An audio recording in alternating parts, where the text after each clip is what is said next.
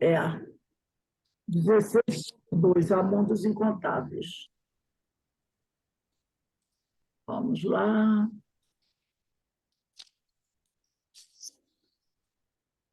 Então, boa noite a todos vocês, meus amigos.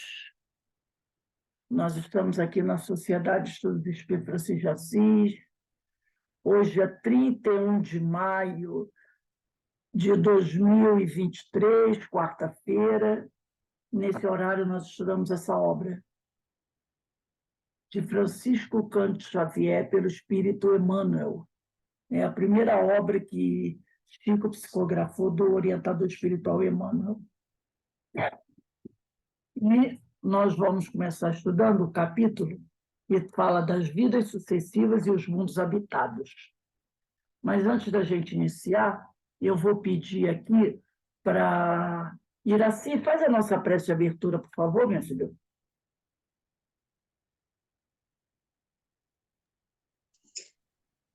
Antes de mais nada, seja bem-vinda. Obrigada, minha amiga. Nesse momento em que vamos dar início a esse estudo, após algum tempo afastado, pedimos ao nosso Mestre amado que nos ilumine e que nos fortaleça, e que nós tenhamos discernimento sempre de apreender e aprender o necessário para a nossa evolução. Vamos aprender mais um pouco com o nosso querido Emmanuel, que sempre nos ensina coisas maravilhosas. Agradecemos a ele, agradecemos a Chico, agradecemos ao nosso mestre querido. Obrigada, Senhor. Que assim seja. Graças a Deus. Bem, meus irmãos, vamos começar a leitura aqui do item 16.2. Há mundos incontáveis.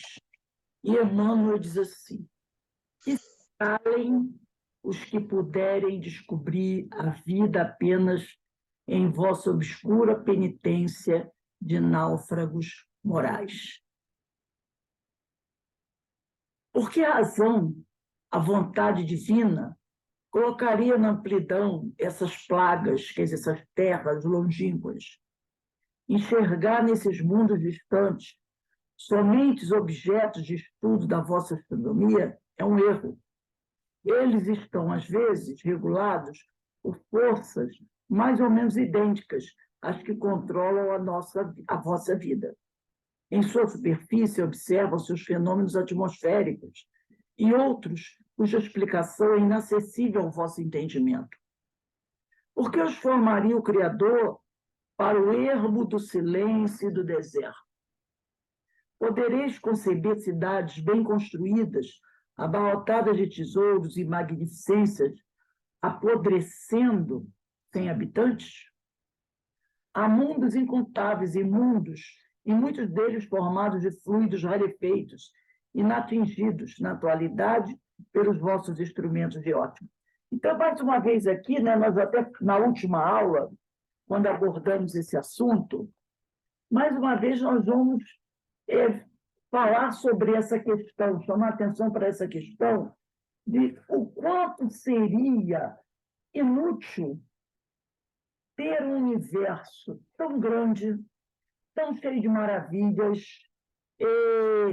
tão cheio de planetas, asteroides, tudo quanto é tipo de astros, só para que a gente ficasse admirando, quanto é bonito aquilo ali, como é bonito aquele outro, como é bonito aquele outro.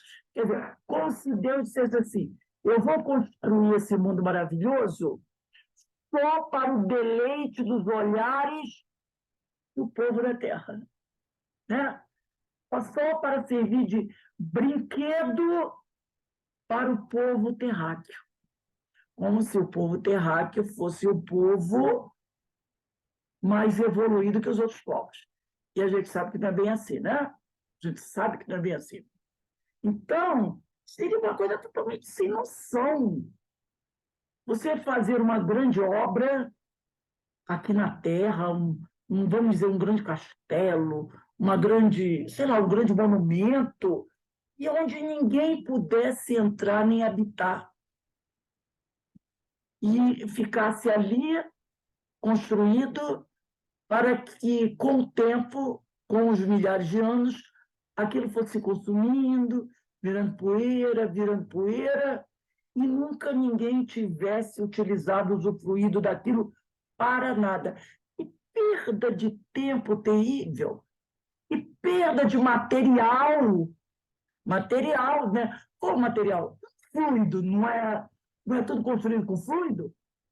Não, que perda de material, de fluido, de tempo, para nada. Para quê? Só para que meia dúzia de três ou quatro e habita o planeta Terra, uma população pequena para o tamanho do planeta, até, inclusive, pudesse observar. E detalhe, sabendo que o homem da Terra nem teria condições de observar tudo, devido à distância. O máximo que ele conseguiria observar é o que está mais próximo, né, do nosso sistema solar aqui. E o restante, ele nem observar pode. Mas ficar lá, construído. Para quê? Então, eu queria dizer aqui, né? Por que os formaria o Criador para o ermo do silêncio e do deserto? Podereis conceber cidades bem construídas, abarrotadas de tesouros e magnificências, apodrecendo sem habitantes? Quando aqui na Terra nós observamos as ruínas de uma Babilônia,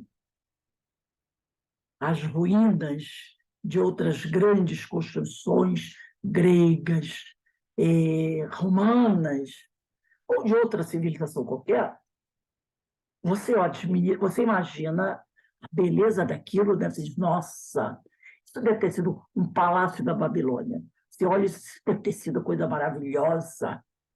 Mas você sabe que aquilo foi habitado. Você sabe que ali viveu uma civilização. Então, você admira pelas ruínas, você admira, imagina como aquilo devia ser esplendoroso. Imagine a Babilônia, a cidade da Babilônia no seu auge. Ia ser maravilhosa. Mas aí você sabe que uma população usufruiu daquilo. A Roma, né? A Roma que, depois do incêndio de Roma, que foi mais esplendorosa ainda, né? Depois da Reforma, você imagina, nossa, que beleza devia ser, com aquelas piscinas, com aqueles chafarizes, né? Com aqueles jardins suspensos. A Grécia, Atenas, que coisa maravilhosa devia ser. Mas você sabe que uma população existiu ali, que usufruiu daquilo. E essa semana eu estava vendo a cidade de Éfeso, as ruínas da cidade de Éfeso. Eu tenho uma loucura de um dia pudesse ir à Turquia para conhecer Éfeso, né? E os turistas andando ali por Éfeso, né? Ainda tem muitos prédios, muitas ruínas de edifícios em pé, com aquelas belezas, com aquelas torres, aquelas colunas maravilhosas, né? E aí eu olhando, vendo as pessoas, né, passeando pelas ruas de Éfeso, eu imaginei, há 2000 anos atrás, pessoas que estavam andando por Éfeso, como essas estão aí, olhando para aquelas belezas de Éfeso. Éfeso sempre recebeu muito turista, desde a época de Jesus. Éfeso, desde a época de Paulo, muitas pessoas iam a Éfeso. Então você olha e diz, poxa, há 2000 anos atrás devia ser assim também, fervilhando de gente aqui. É diferente de você ter essas maravilhas construídas para ninguém, para as moscas. Então ele fala sobre isso, né? E aí ele diz aqui, há mundos incontáveis, a gente nem imagina. E muitos deles formados de fluidos rarefeitos, inatingidos na atualidade pelos vossos instrumentos de ótica. Então, a gente tem que ter essa noção que existem, sim, mundos maravilhosos, muito mais bonitos que os nossos, quer dizer, que o nosso, por aí, como também há outros mundos bem mais atrasados que o nosso, né? mas todos eles com suas características, com os espíritos que ali vivem, né? De forma diferente, uma forma física diferente da nossa, e aí tudo vai depender do fluido. Por exemplo, hoje, essa semana eu vi no Facebook, do que eu achei interessante, fizeram um vídeo sobre a gravidade. Então, tem uma estrada, e no meio da estrada tem um negócio feito de cimento. Sabe quando você vai na Avenida Brasil, eles botam umas divisórias de cimento para dividir a pista? Né? Às vezes a pista fica mão dupla, outras vezes a pista fica mão única, né? Somente na hora do rush, e eles botam umas divisórias grandes assim, de cimento, com metros de altura, puxa aquilo, bota para lá e para cá. Então, colocaram aquilo no meio da pista e do alto caiu um carro. Muito interessante esse teste para a gente ver a gravidade dos mundos. Então, aí tá a pista, está com aquele negócio do meio, aí cai um carro. O carro cai em cima daquilo, aqui na Terra. O carro é partido do meio, porque ele vem bem alto, né, como se caísse do avião, ele cai com toda a velocidade, e quando ele bate em cima daquilo, ele no meio, aquilo está assim, ele cai assim, ele parte no meio, ele parte em dois, que não é uma folha de papel. Aí já põe na Lua, como se fosse na Lua.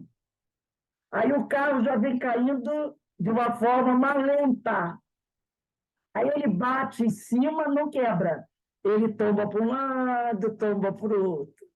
E assim vai, em cada planeta. Então, em alguns planetas, ele cai com uma força tão grande que ele se arrebenta. Tem um que é o Plutão, que ele cai, e quando ele vem cair, quando ele cai, ele fica que nem uma bolinha. Ele cai em cima daquele negócio de cimento, né? Ele bate ali, nem se arranha. Ele bate e fica quicando, como se fosse uma bolinha de plástico, uma coisa assim, uma bolinha de gás. Aí ele fica quicando, quicando, quicando, quicando, até que ele cai na estrada, como se nada tivesse acontecido. Então, mostrando que a gravidade em cada planeta funciona de uma forma diferente. São os fluidos, é o que eles aqui. Há mundos incontáveis e muitos deles formados de fluidos rarefeitos. Ô, Rose, Oi, é interessante que ele aí nessa última frasezinha diz, né, que os vossos instrumentos de ótica, que na época dele, né, que foi escrito, no caso, o máximo que o homem fazia é olhar pela luneta, né? era no máximo. Não tinha esses, né? Então, e mesmo com os nossos instrumentos, Telescópio Hubble, telescópios, o Hubble já está ultrapassado, porque tem outro aí muito maior. é, Mesmo esse, que é o suprassumo, o mais moderno que existe hoje, não dá para ver tudo, né? Ele, mesmo assim, ele não dá para nos permitir ver tudo. Então, quando ele fala aqui, né? Cada mundo tem seu fluido rarefeito. Então, se, no caso, como eu falei, usei o exemplo aqui da gravidade, já tem uma diferença. E ele falou, e esse, eu vou ver se eu acho isso no Facebook. Achei muito interessante. Foi só do planeta do nosso sistema solar. Esse exemplo da gravidade foi só do nosso sistema solar.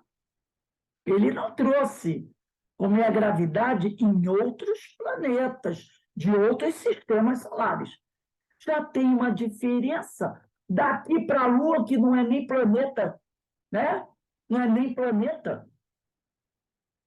Então, se daqui para a Lua já tem essa diferença, imagina entre outros planetas.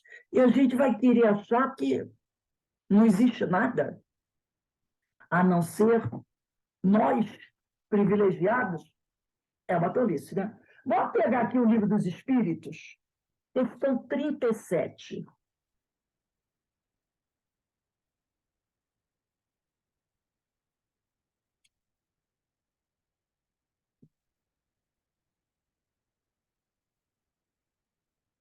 Está na parte primeira, capítulo 3 da criação. Formação dos mundos. Item 37. Aí Kardec pergunta assim: o universo foi criado ou existe de toda a eternidade como Deus? Eles respondem, os amigos espirituais: é fora de dúvida que ele não pode ter se feito a si mesmo. Se existisse como Deus de toda a eternidade, não seria obra de Deus, né? Diz-nos a razão não ser possível que o universo se tenha feito a si mesmo, e que, não podendo também ser obra do acaso, há de ser obra de Deus. 38. Como criou Deus o universo? Para me servir de uma expressão corrente, direi, pela sua vontade. Nada caracteriza melhor essa vontade onipotente do que estas belas palavras de Gênesis, da Bíblia, capítulo 1, versículo 3. Deus disse: faça-se a luz, e a luz foi feita. E agora 39. Poderíamos conhecer o modo de formação dos mundos? Tudo o que a esse respeito se pode dizer e podeis compreender é que os mundos se formam pela condensação da matéria disseminada no espaço. Quer dizer, condensação da matéria, quer dizer, energia condensada. Então, uma coisa que eu achei interessante quando eu li essa resposta, olha só. Tudo que Kardec pergunta: poderíamos conhecer o modo de formação do mundo, dos mundos? E eles dizem: tudo o que a esse respeito se pode dizer e podeis compreender é que os mundos se formam pela condensação, né, da matéria disseminada no espaço. Então, se nós não temos as mínimas condições de responder como é que o nosso mundo se formou até hoje, como é que nós vamos poder ter a capacidade de afirmar que Deus só fez o nosso planeta habitado? Se a gente não sabe nem como o nosso mundo foi habitado, foi formado. O que existem são o quê? Teorias. Um monte delas. Né? O que não falta é teoria. Teoria da formação do universo, aí tem a teoria do Big Bang, né? Aí vem o outro com outra teoria, vem outro com outra teoria, outro vem com outra teoria. Se nós não somos capazes nem de afirmar com exatidão como o nosso mundo foi formado, quando foi formado, como o universo se formou, como é que nós podemos afirmar e bater na mesa que não existe mais nada no universo a não ser nós, criaturas privilegiadas? É muita pretensão, né? É muita pretensão. Vamos agora pegar o 16.3. Mundo de exílio e escola regeneradora. A Terra não representa senão um detalhe obscuro no ilimitado da vida. Emmanuel aqui já arrasou, né? Olha só, a Terra não representa senão um detalhe obscuro no ilimitado da vida. Deixa o livro dos Espíritos aí, que a gente vai usar mais. Região da amargura, da provação e do exílio. É um mundo de provas e expiações. Aí a pessoa vai dizer: foi o mundo de exílio. Não, não foi, ainda é. E ainda tem exilados de capela aqui que não voltaram. E não é porque não voltaram, porque resolveram ficar aqui, não. Tem uns que ainda não voltaram porque ainda não fizeram por onde ter condição de voltar. Teve um grupo, diz Emmanuel, que os egípcios, grande parte deles, voltaram. Grande parte voltaram. Outros aqui decidiram ficar, decidiram voltar. Não, não vou voltar, vou ficar aqui. Escolha própria. Agora, que outros não voltaram, porque ainda não alcançaram a condição de regenerados para voltar no teu planeta de origem. Quantos milênios tem que os exilados de Capela aqui chegaram? Nós podemos fazer parte desses exilados. Lembra quando nós estudamos, o Emmanuel fala que os hebreus foram os mais difíceis? Era o povo mais difícil? Porque foi considerado povo escolhido, porque eles já chegaram aqui, vindo dessas regiões do astral, já com a ideia de um Deus único. Eles já chegaram aqui, trazendo em si, foi o único povo que veio de outras regiões, né, do espaço, mas que chegou aqui já trazendo a ideia de um Deus único. Por isso, e eles foram os primeiros a serem trabalhados, assim, nesse sentido. Mas, em contrapartida a isso, eram os de mais difícil acesso, porque eram os que traziam maior orgulho, vaidade e egoísmo dentro deles.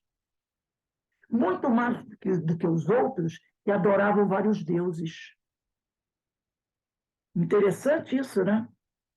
Como os egípcios, que já tinham a ideia de vários deuses, mas que eram mais adiantados do que os que já tinham a ideia de um Deus único, de um ser criador único. E que eles foram aqueles mais difíceis, né?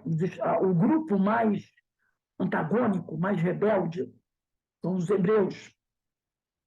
E aí, muitos desses não retornaram ainda, porque ainda não se tornaram regenerados. Ainda estão exilados. Entendeu? Entre aspas, prisioneiros num planeta de provas e expiações. Aí ele vai dizendo aqui, né? Por isso, a Terra ainda é uma região da amargura, da provação e do exílio. Aí eu fiquei pensando, já imaginou quando a Terra estiver com grande parte da sua população em condições de seguir aqui no planeta, que o planeta estará como um mundo de regeneração, e alguns desses exilados capela não tiverem se regenerado, eles vão sofrer um segundo exílio. Perceberam? Eles sofrerão um segundo exílio. De capela para cá e daqui para baixo. Para baixo. Isso pode acontecer? Pode. Pode. Então, de repente, você pode encontrar um capelino e vai para um outro planeta de provas e expiações no início da sua formação de provas e expiações. Já imaginou? Terrível, né? E aí ele diz aqui, né? É uma região de amargura, da provação e do exílio, constituindo, porém, uma plaga de sombras varrida, muitas vezes, pelos cataclismos do infortúnio e da destruição. Deve representar para todos quantos habitam uma abençoada escola, onde se regenera o espírito culpado e onde se prepara demandado glorioso por vir. Vamos pegar aí, bem dizer, lê a questão 234, a Carmen a 235 e o Alberto a 236. 234, 235, 236.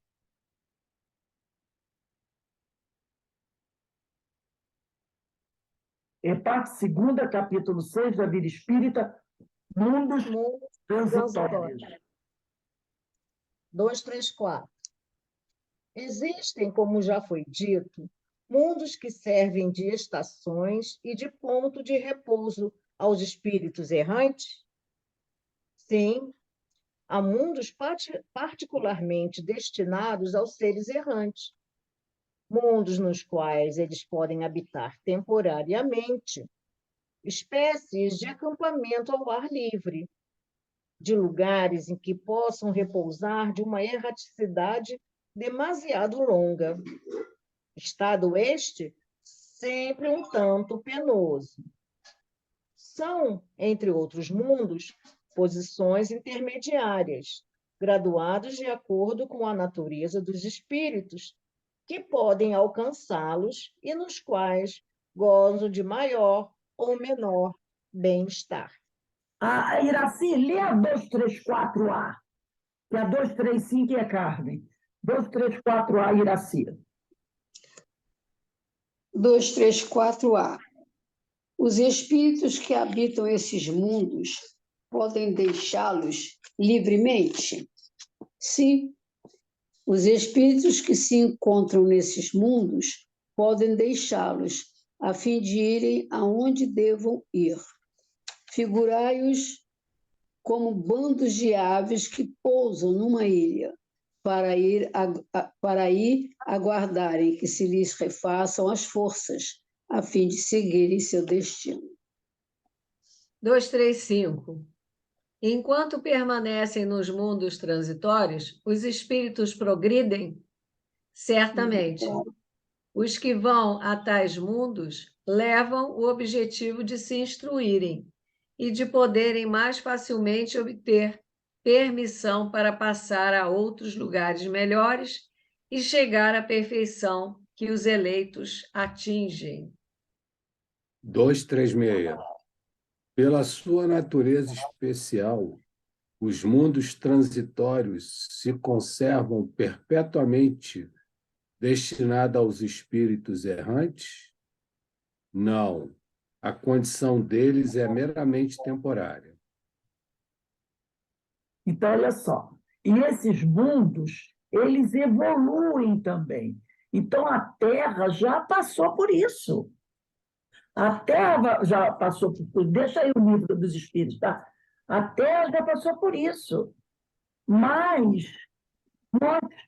ela continua ainda sendo um planeta de provas e expiações, né? Então, nós já estudamos sobre isso, sobre os mundos transitórios, que a Terra já foi um desses mundos, né? E ela foi evoluindo, e a gente vai evoluindo também. Então, como ele fala aqui, né? A Terra deve representar para todos quanto habitam uma abençoada escola, onde se regenera o espírito culpado e onde ele se prepara, demandando o glorioso porvir. Significa um dever de todo homem o trabalho próprio, no sentido de atenuar as más condições do seu meio ambiente, aplainando todas as dificuldades de ordem material e moral, porquanto a evolução depende de todos os esforços individuais no conjunto das coletividades. Forças ocultas, leis desconhecidas, esperam que a alma humana delas se utilize. E à medida que se espalha o progresso moral, mais os homens se beneficiarão na fonte bendita do conhecimento. O Mestre Jesus, quando ele, né, se reuniu no sol, né, porque dizem que foram 2 vezes que os espíritos crísticos se reuniram.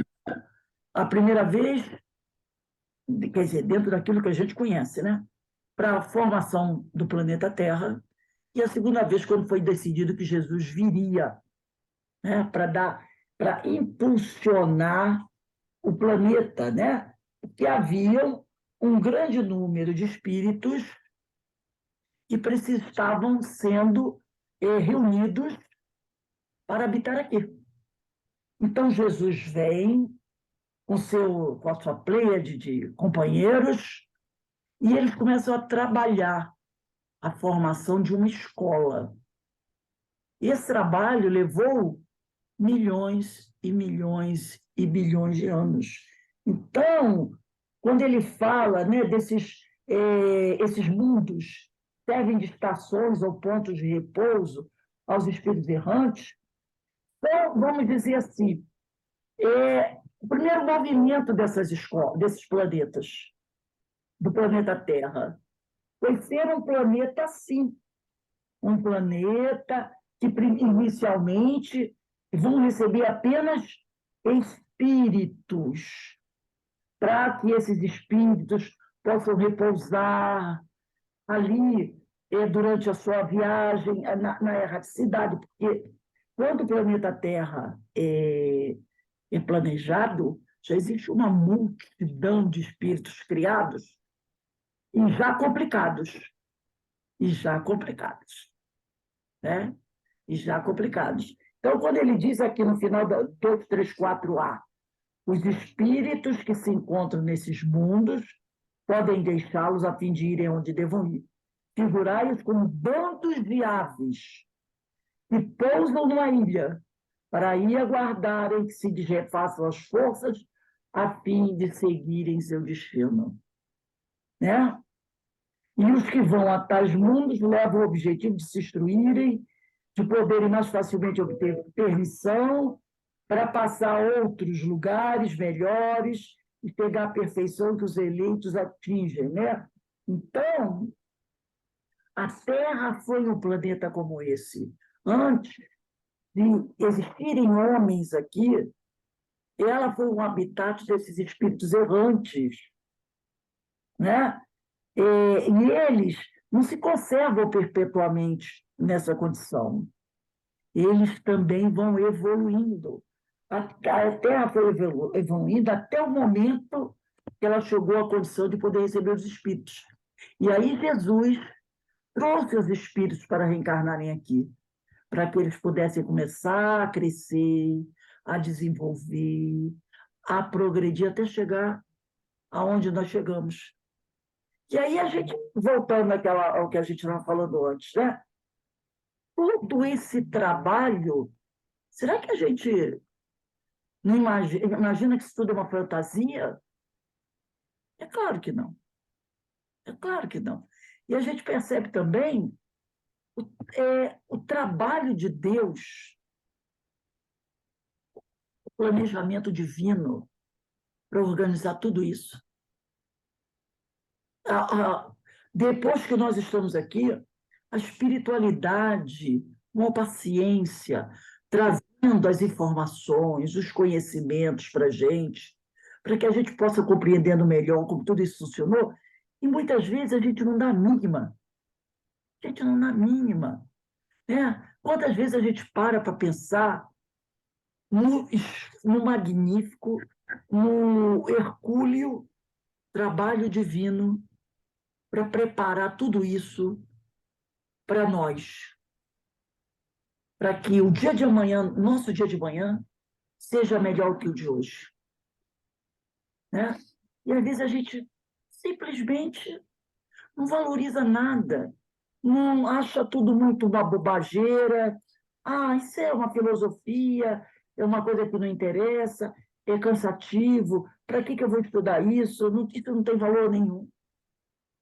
E aí a gente para pensar no esforço de Jesus para reunir espíritos crísticos junto com ele, construir tudo isso, preparar todo esse berço para a gente, para que nós pudéssemos crescer, para que nós deixássemos de dizer aves de arribação. Vocês sabem o que é ave de arribação? Entendeu? Para que a gente deixasse de ser ave de arribação, para que a gente pudesse deixar de ser apenas ouvinte e passasse a ser executor também. É um grande objetivo. Mas a gente não dá atenção. A gente acha simplesmente, deixa para lá. Então, vamos lá no outro, né? O estímulo do conhecimento. Para a humanidade terrestre, a revelação de outras pátrias do firmamento, fragmentos da pátria universal, não deve constituir uma razão para desânimo de quantos se entregam aos labores profícuos do estudo, né? Então, ele fala aqui, nós, humanidade terrestre, né, nós somos fragmentos da pátria universal. somos um pedaço da pátria universal, tá? Então, como ele diz, para a humanidade terrestre, a revelação de outras pátrias, descobrir que tem outros mundos, existem outras humanidades, além da humanidade terrestre, não deve constituir uma razão para desânimo de quantos se entregam aos labores profícuos do estudo. Os desequilíbrios que se verificam no orbe do nosso planeta obedecem a uma lei de justiça, acima de todas as coisas transitórias. E, além disso, a primeira obrigação de todo homem é colaborar em todos os minutos de sua passageira existência, em prol da melhoria do seu próximo, consciente de que trabalhar em benefício de outro é engrandecer-se. Então, nós temos que lembrar sempre, nós somos uma parte dessa humanidade universal. Nós não somos toda a humanidade universal. Nós somos apenas uma parte dela. E nós precisamos da nossa cota de colaboração para os habitantes das outras pátrias universais. Porque, por exemplo, nós estamos aqui fazendo esse estudo altamente filosófico. E aí, esses espíritos que vêm de outras pátrias universais, eles nos visitam. Eles nos visitam. Ou são trazidos para intercambiar conosco. Como alguns de nós têm condições de serem levados para outras pátrias universais para aprender, para trocar conhecimento. E aí, vamos dizer, irmãos nossos de outras pátrias menos evoluídas possam ser trazidos até aqui para ouvir nossos estudos, para ouvir o que a gente já aprendeu e levar para a terra deles. E aí nós estaríamos ajudando a essas pátrias mais inferiores, com menos conhecimento. Não é uma maneira que alguns de nós poderiam ser levados a outros lugares para aprender e trazer de lá. Como alguns de lá virão para cá para trazer conhecimentos para a gente, no nosso grau já evolutivo. Então, há todo esse trabalho de intercâmbio. Por isso que ele chama aqui a atenção. Tá? E toda a nossa primeira obrigação é colaborar em todos os minutos de sua passageira existência em prol da melhoria do seu próximo, consciente de que trabalhar em benefício do outro é engrandecer-se. Nós não sabemos quem é o espírito que, nesse momento, está ao nosso lado, participando dos estudos conosco. Por isso que a gente tem que estar sempre pronto para passar essa energia, esse entusiasmo, para que aquele espírito leve isso com ele. Ele leve isso com ele. Ele leve essa novidade com ele. Para aquele que vem de um mundo superior, chega aqui, se sinta bem recepcionado, para que ele possa, entendeu? Se sentir entusiasmado em trazer o seu conhecimento, para que aquele que chega aqui sem muito conhecimento possa receber de nós essa energia vibrante, para que ao voltar para casa ele leve isso para os seus companheiros. Então, isso é muito grande, é muito importante, é muito bonito. Vamos pegar aqui o Livro dos Espíritos? Ó, eu vou botar aqui. 53, Alberto. Deixa eu pegar. Vamos lá, questão 53. 53, Alberto. 53A, Iraci.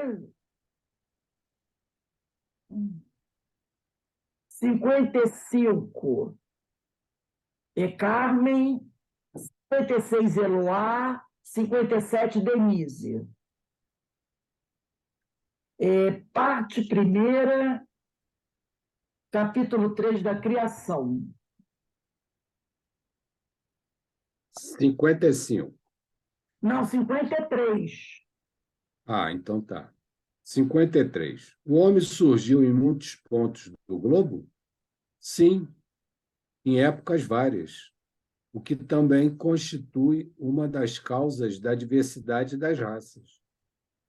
Depois, dispersando-se os homens por climas diversos e aliando-se os de uma aos de outras raças, novos tipos se formaram. Guariraci. 53A. Estas diferenças constituem espécies distintas? Certamente que não. Todos são da mesma família. Porventura, as múltiplas variedades de um mesmo fruto são motivo para que elas deixem de formar uma só espécie? 54. Eu?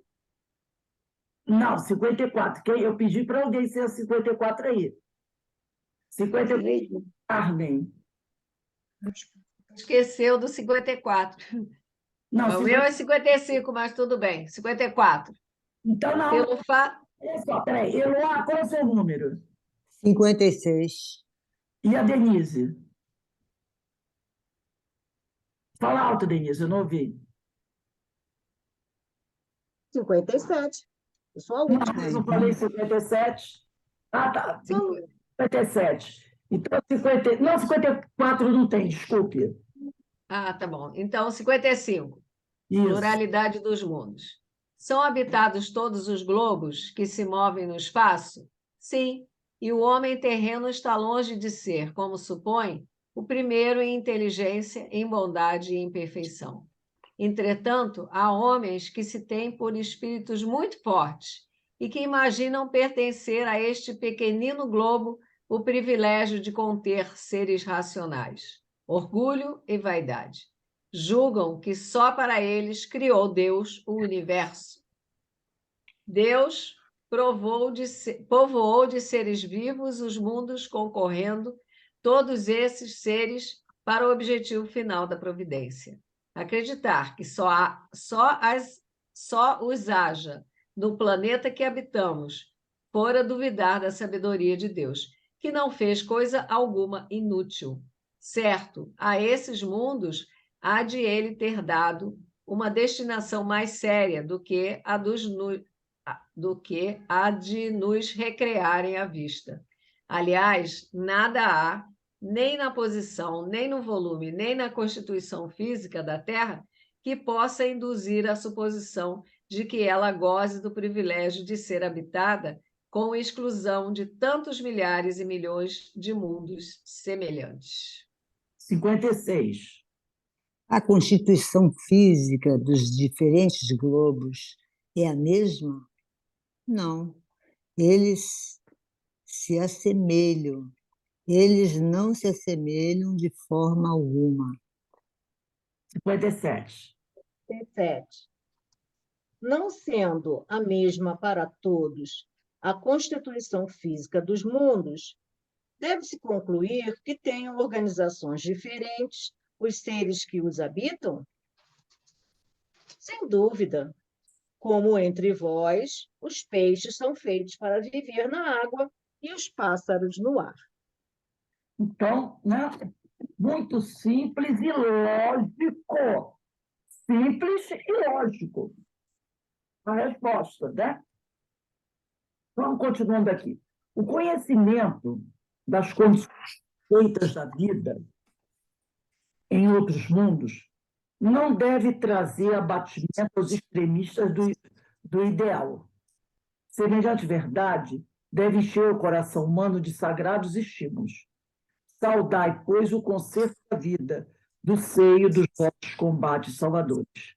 Sois portentosos, luzes policrômicas, mundos maravilhosos, existem embalados pelas harmonias que a perfeição eleva à entidade suprema. a entidade suprema. É igual como ele falou aqui na questão 53, sobre as diferenças que existem aqui na Terra, né? Todos são da mesma família, mas temos formas variadas de ser aqui na Terra. Quantas variedades nós temos aqui na Terra? Olha só, asiáticos, os negros, os brancos, os amarelos, e vai por aí. Não é verdade? É variedade só no nosso planeta. Nós temos no nosso planeta 5 milhões, gente, pelo amor de Deus. É uma coisa assim, não é extraordinário? É. Nós temos os nossos irmãos que vivem lá na Antártida. Pessoas diferentes de nós. Quantas na África, na cor, e de vez em quando aparece um grupo aí diferente, né, com alguma coisinha diferente.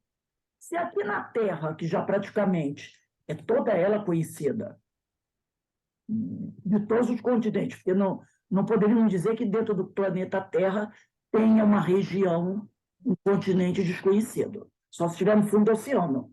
E acima do oceano já foi tudo esquadrinhado.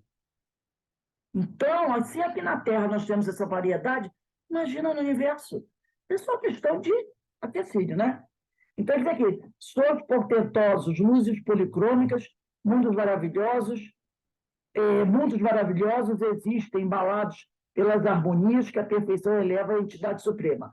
Além do grande cão, da ursa, né, de Hércules, outras constelações atestam a grandeza divina.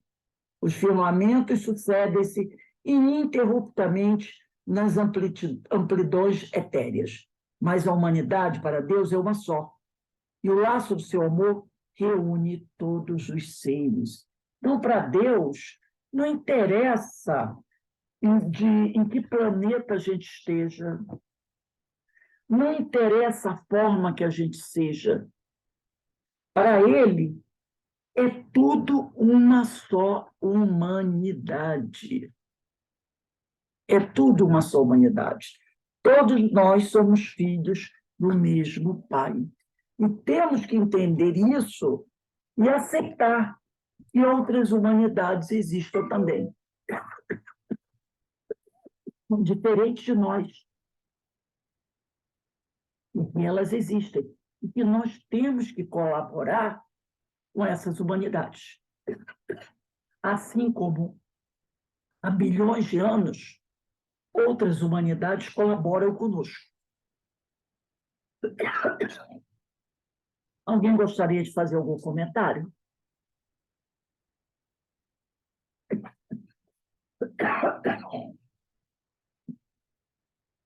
Ninguém tem nada para falar?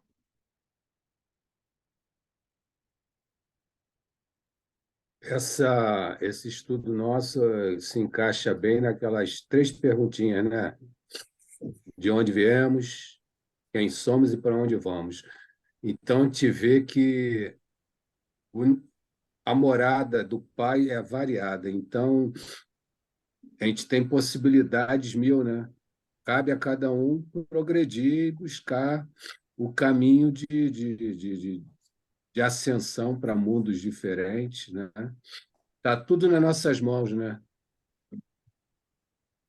Com certeza, está tudo dando. Eu achei muito interessante quando tu falou agora tudo para cima está enquadrinhado, quer dizer, já foi desenhado, já se sabe o que tem aos nossos olhos, porque realmente, como você diz, aonde que estão? Abaixo do oceano, o espaço A gente não sabe, né? exatamente, o espaço a gente quase não pensa nisso. Agora, quando tu falou, opa, espera aí, O tem a oceano, ver, né? Tem tudo a ver, né? incrível que Pois pareça, é. por incrível que pareça, o oceano, uma grande parte do oceano é inacessível para nós. o espaço é mais acessível para nós do que o fundo do oceano. E é interessante, é o planeta, né? Então é mais fácil a gente explorar. Oxigênio e água, né? Quer dizer, os dois. Do que dentro do planeta, que é o a gente Pois é. o que existe dessas regiões abissais, né, nos grandes abismos que existem nos oceanos. A gente não sabe o que existe lá. Se existe algum tipo de raça. Tem um.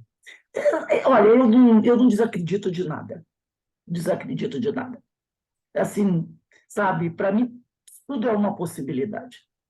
E existe um vídeo que eu assisti uma vez de uns cientistas que eles estavam pesquisando civilizações bem da época mesmo, pré-históricas, que viviam próximas ao mar, né? Elas viviam em cavernas ali na Europa, próximas ao mar. E essas civilizações se alimentavam praticamente só do peixe, porque elas ainda não sabiam plantar, né? Viviam dentro daquelas cavernas ali, próximo ao mar. E com o passar do tempo, eles foram pesquisando,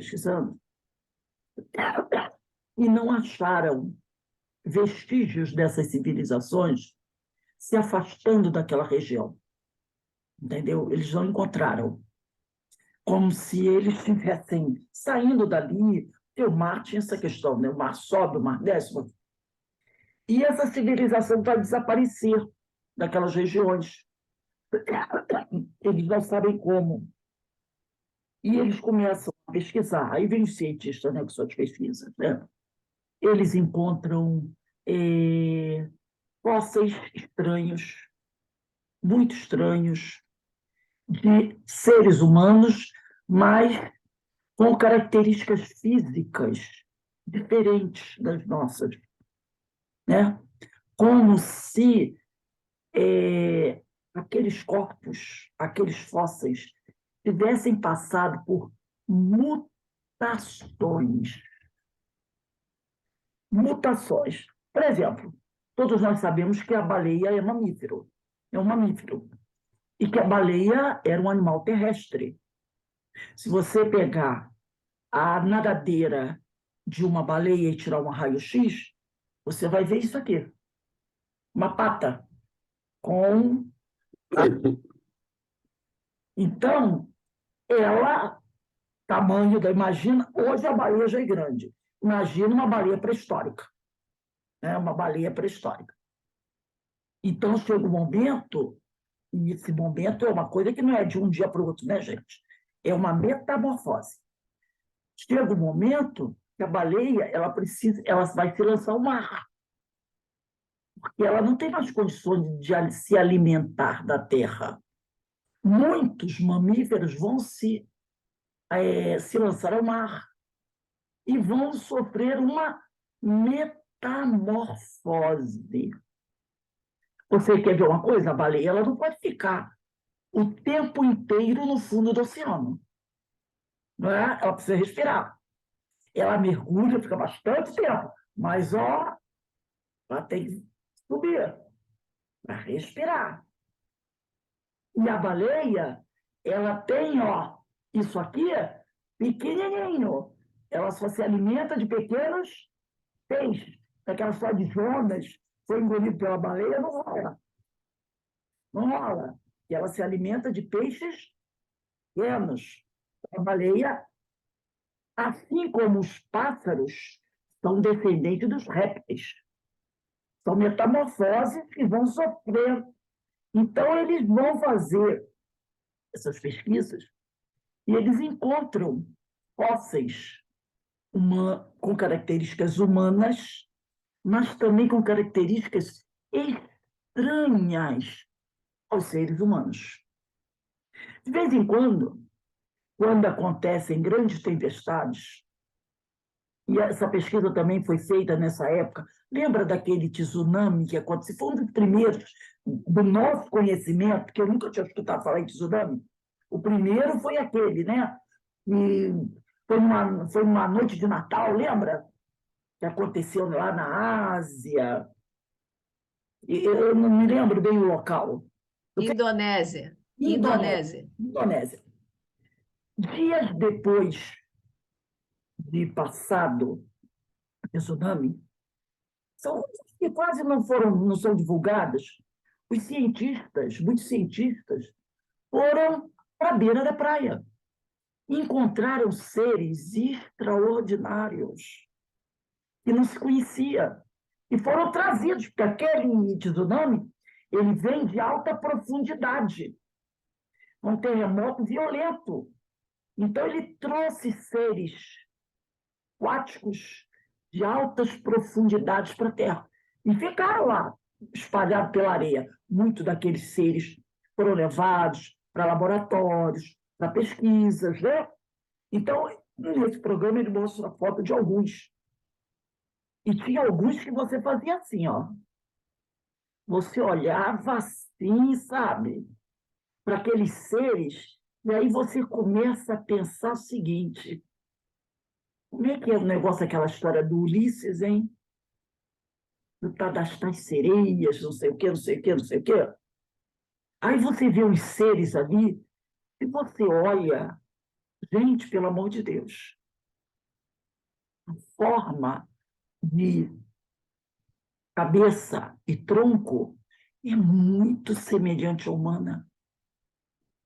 Do tronco para cima, tem umas diferenças, tudo mais, mas você olha, se você olhar com um pouquinho de coragem e tranquilidade e de mente aberta, você diz aqui, meu Deus do céu, isso aqui dá para entender a tal da lenda. Lembra que essa lenda, ó, lenda da sereia é coisa muito antiga.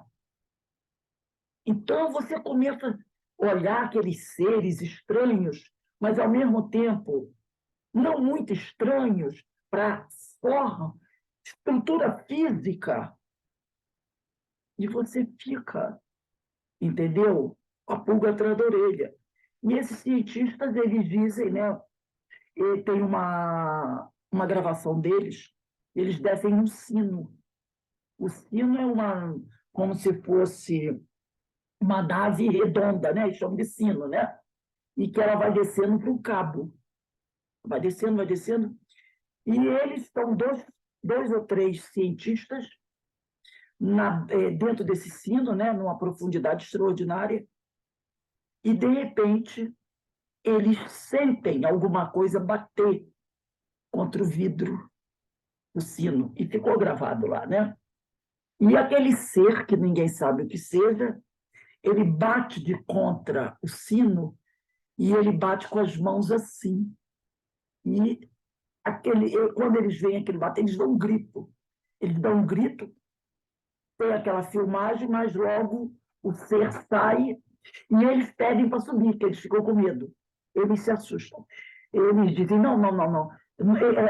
A gente pediu para subir porque nós não estávamos preparados para a visão do que vimos. Era demais até para os nossos olhares, para o nosso, sabe, aquela coisa de chega, eu não consigo passar daqui. E aí eles vão fazer, né, uma pesquisa longa sobre isso. Então, numa das teorias deles, é tudo teoria, ninguém pode dizer que é verdade. Ele acredita que esses seres, que talvez ainda não fossem nem seres humanos que habitavam a Terra, aqueles primeiros, né?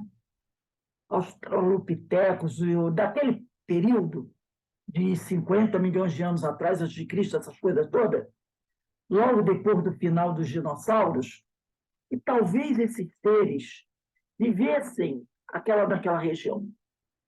Mas que, com a questão da escassez do alimento e da pobreza do alimento, por ser só o peixe, esses seres ali tenham começado a ter uma vida assim, terra-mar, muito constante. E que, assim como eles talvez ainda não fossem o homem, entendeu? Fosse esse ser que transita entre o homem, sabe, o tal do elemento estranho. A gente não tem esses seres que ainda não são homens. A doutrina fala sobre isso, né? Esses seres que estão a caminho de se tornarem homens. E que esses, que ainda também não tem o raciocínio, esses seres, com o passar dos milênios, eles foram se adaptando à vivência no oceano e passaram por uma metamorfose física, como os outros vários animais passaram. Entendeu? E se adaptaram à vida submarina.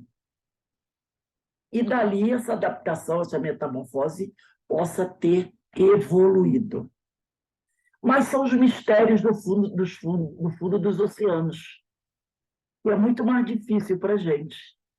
E, de repente, se você quiser ir lá na Lua para ver se tem algum problema, fazer uma pesquisa na Lua, só foguetinho, chega lá, bota uma base estatal. Você cava lá na Lua até onde você quiser. Mas aqui na Terra, chega uma certa profundidade do oceano, a estrutura física do homem não permite que ele vá mais fundo. Então, olha só quanta coisa incrível, fantástica pode ser. Quem vai dizer que isso não existe? Como é que a gente vai poder dizer que isso não pode existir? Não é? Se nós próprios, seres humanos, também estamos passando por uma metamorfose física, não estamos? Estamos.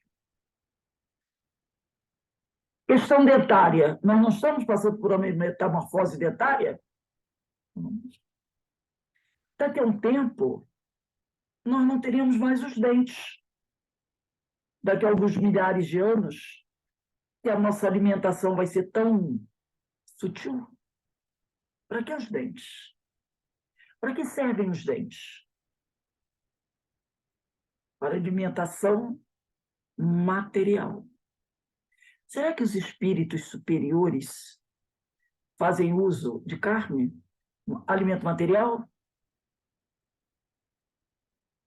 Então, as dentaduras vão desaparecer.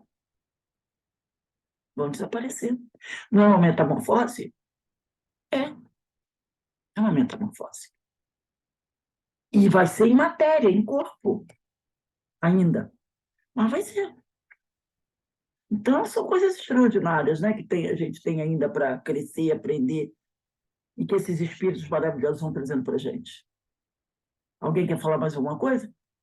Que filme é esse, Rose? Eu vou procurar. Tem muito tempo que eu vi na internet. Eu fico caçando essas coisas. É lógico que vem um que diz que é mentira, tem outro que diz que é outra mentira, algumas coisas. Procura porque deve ser está sendo muito interessante. Vai dizendo. Mas são ideias que a pessoa acaba criando em cima, fazendo um meio ficção, né? Mas com alguns pontos, né? Eles vão Mas tem muito, nós temos muito de uma coisa ficção, aqui, né?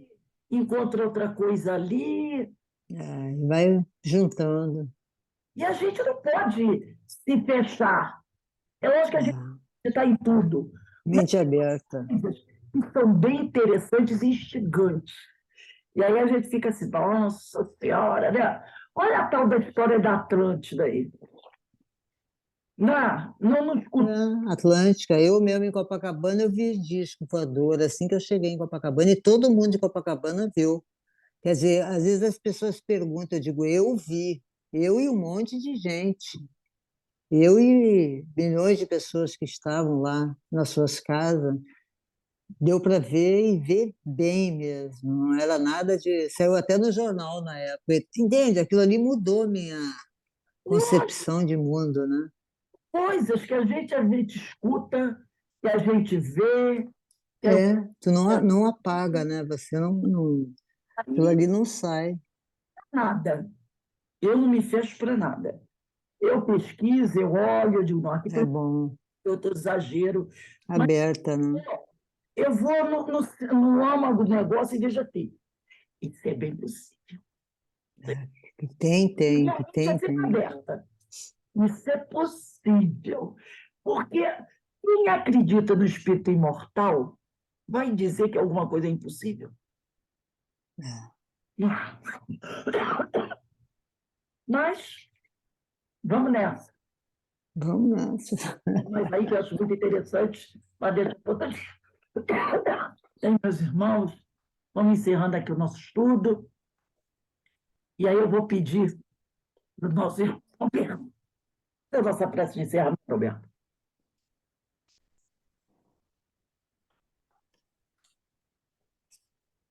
Ao término deste momento de estudo, agradecemos ao Pai, o Senhor da vida, o Senhor do universo. Obrigado, Senhor. Todas essas possibilidades de conhecimento, e como o vosso enviado nos disse, há muitas moradas na casa de meu Pai. Possamos zelar para que o nosso progresso seja constante, para que possamos evoluir e seguir a nossa jornada evolutiva na direção de mundos mais evoluídos e que possamos, então, seguir na plena comunhão com o Pai.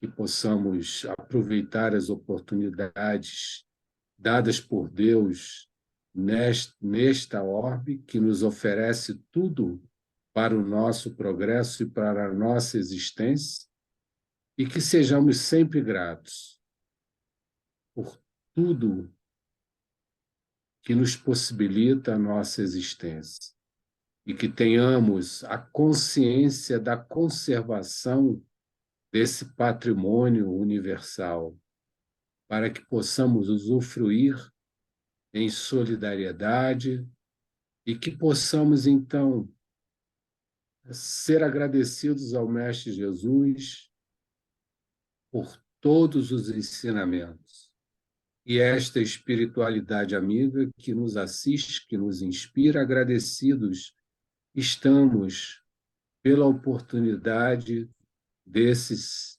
entendimentos e que busquemos caminhar com o Pai e com o Cristo hoje, agora e sempre. Assim seja. Graças a Deus. Só para encerrar, se deixar a pulga, né? Eu me lembrei de uma vez, uma pesquisa, fato, né, que diz que é verdadeiro. Um aparelho eletrônico encontrado dentro de uma tumba inexpugnável, fechada. Quando conseguiram abrir, tudo mais, estava lá, todo deteriorado, velho, carcomido. Só que ele tinha sido fabricado no século XX. Aí eu penso, viagem no tempo?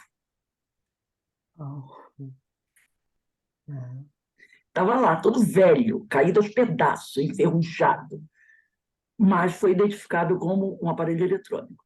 E quando conseguiram abrir, ele tinha sido fabricado no século XX. Como poderia ter parado dentro de uma tumba que estava completamente fechado de 3.000 anos antes de Cristo? Uau! Viagem no tempo? É. Nós já sabemos que o espírito viaja no tempo, né? Mas será que eu levar alguma coisa lá ao passado? Então, são as coisas que eu acho extraordinárias. Acho extraordinária. Eu não me fecho para nada. Eu digo ser, não é? E aí? Quando você encontra uma pessoa que você já viu, já esteve com ela, com aquela roupa, aquela coisa arada toda, e você nunca conheceu aquela pessoa, mas você olha para ela e eu te conheço. Conhece, sente que conhece. O próprio Hermínio fala sobre as questões da Regina, lembra da Regina? Uhum. Então, são coisas extraordinárias que estão aí. Não, no trabalho mediúnico, a gente, quantas vezes tu não é levada e outra fala e outra... E é uma coisa vero, né? Veríssima, que a gente realmente isso acontece. Então, Tem muita coisa escondida ainda para revelada, não é verdade? Pois é, não dá para negar, não dá. Não dá para negar. Então, uma boa noite a todos, meus amigos. Amanhã estaremos de volta. Nós vamos fazer o estudo, Denise, aqui mesmo. Eu não estou em condições de subir. De vez em quando dá um baque, uma fraqueza, uma tonteira. Tem que se cuidar. Vamos levando. Um beijo a Isso mesmo. Beijo, melhoras para você. Tudo de bom Boa noite para a todo todos. mundo. Boa Até a noite. próxima. Todos.